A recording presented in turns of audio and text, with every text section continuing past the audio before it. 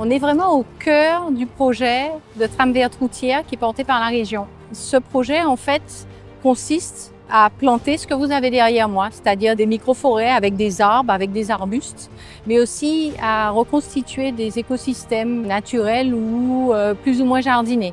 Les objectifs, il y en a plusieurs, mais le principal, c'est de protéger et de favoriser la biodiversité en replantant des espaces. Alors, pour ceux qui se souviennent de ces espaces-là, en fait, c'était des espaces plantés de pelouse qui étaient entretenus régulièrement, une fois, 2 fois par mois, rigoureusement.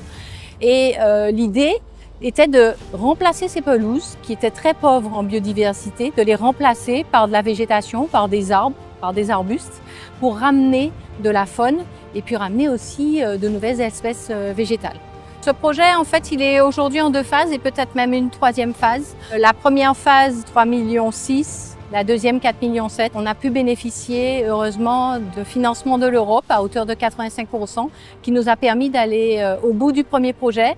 Et donc, on vient d'obtenir donc un avis favorable pour la 2e phase qui va bientôt démarrer avec l'aide de l'Europe.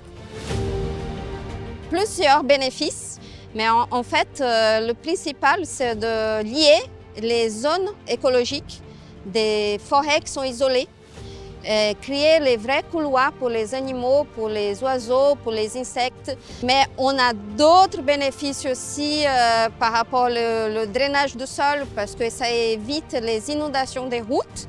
Les racines des plantes ont un rôle très important pour le drainage.